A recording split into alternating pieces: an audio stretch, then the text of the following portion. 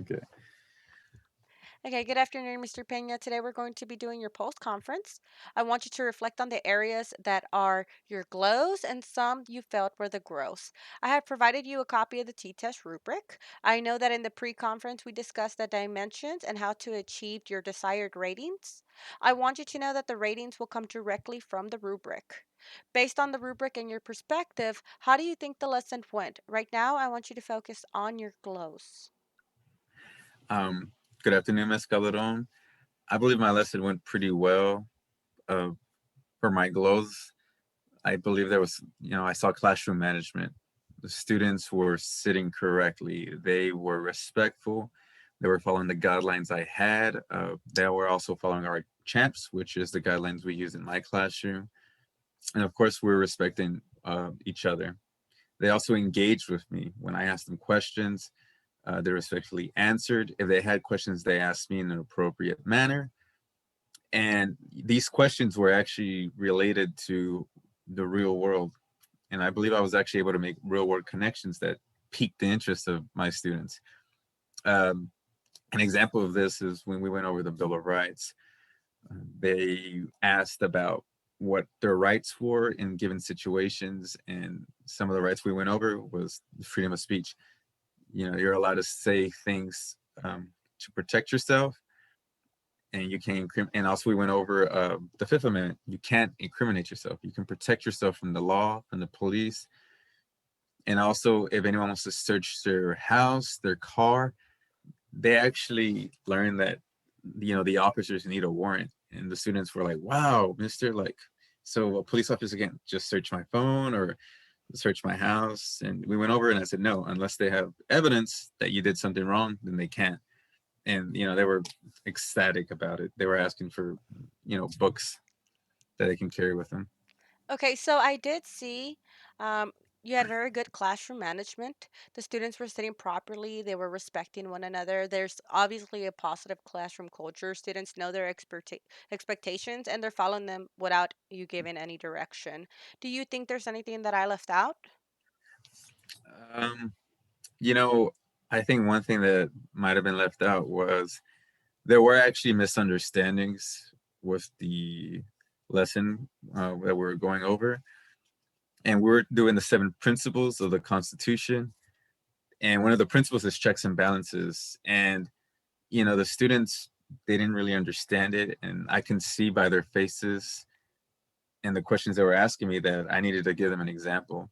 So one of the examples I gave them is I said, "Hey guys, you know, how many of y'all would like to drive right now?" Most of them are 13, 14 years old. They can't drive. Of course, they all raise their hands and they're like, "Yeah, mister, I'm ready to drive." And I told them, "Look, guys, you can ask your representative, you can ask the person who votes for you to write a bill saying if you're 14, you're allowed to legally drive." They're like, "Yeah, let's do it right now." I said, "Wait, all right, that's the power of the legislative branch. Now, how does he get checked? The president does not have to sign that bill. If it's not signed, it doesn't become a law and it is vetoed." And then I started seeing their eyes kind of glow and be like, "What? What? I get it now." And I said, "It gets kicked back. They vote on it again, and then it has to become a law." And I asked them, think about it. If the president had a daughter, 14 years old, she crashed his car, is he really going to want to sign that law that says kids her age are allowed to drive? Probably not, right?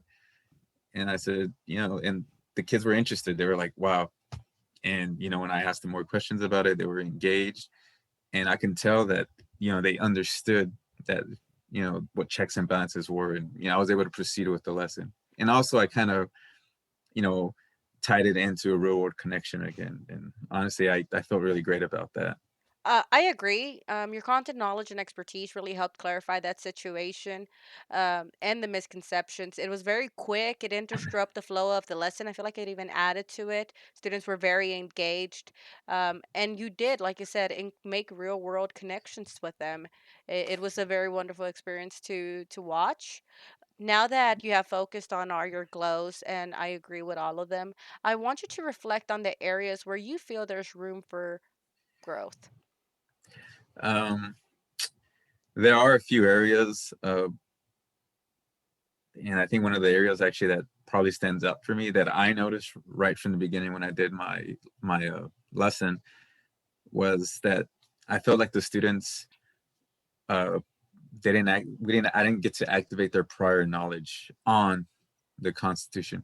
We had went over this before, and when I started going over it again with them, of course you saw this.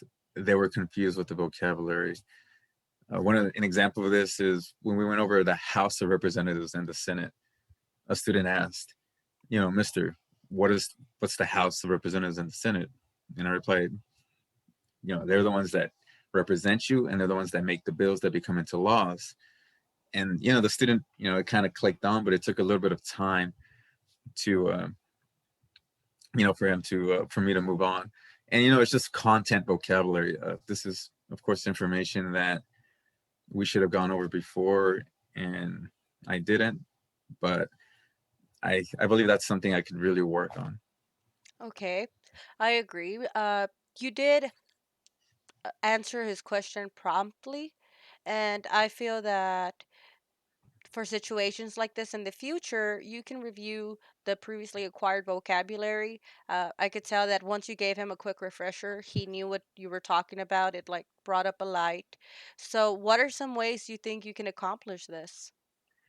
I thought about it before, and we have technology available to us. We're living in the 21st century. I have computers available to me, so do the students, and I could have done maybe use Kahoot, which I've done before, as a refresher. The kids love Kahoot. It's they get to use their computers, it's technology, and also they get to review, information that they've previously learned. And of course, something also that I feel I could have worked on was, assessing, using technology such as quizzes online or even Kahoot is a great way to assess if a student, understood the objective and the information that was given to him that day. So, using technology, of course, and using it to assess And why do you and think this is important, Mr. Peña? Why do you think it's important that you assess students and integrate technology into your lesson? well, technology is ever growing. I want them to get used to it. I'm sure they're used to it, but I want them to keep growing and to use the tools that they have available to them. But also because, I want to collect data for myself that I can use in the future. And also I want my students to, get something out of this. I'm gonna understand the objective, the standards that we're taught. So when they move on to the next grade or take another test, they'll be able to activate that knowledge. And also I can use that data in the future for any other students that I have coming in, or for that student in the future if he has issues. And of course for the school data is important. And I think those are valid reasons why it's important. Okay, Mr. Peña, so I agree. Overall, you did a great job. I'm going to provide you with assistance to help you grow in the areas that you mentioned. I want you to look at some technology trainings and select the ones that you feel best suit your needs. Then I want you to observe a fellow teacher. I want you to like talk to your colleagues, see which one you think is the one that is fitting the needs that you want as well. After that, just let me know who it is. We'll schedule someone to cover your room so that you can go do this observation. You can reflect on what you saw, what you didn't see, what were the students doing, and that way you can improve your practice. Then after that, we can schedule another meeting to discuss these suggestions and see if they were helpful or if there's something else that we can do to help you grow in the areas that you're wanting to. Thank you for meeting with me today, and I shall see you in our next meeting. Thank you, Ms. Calderon. Goodbye. Goodbye.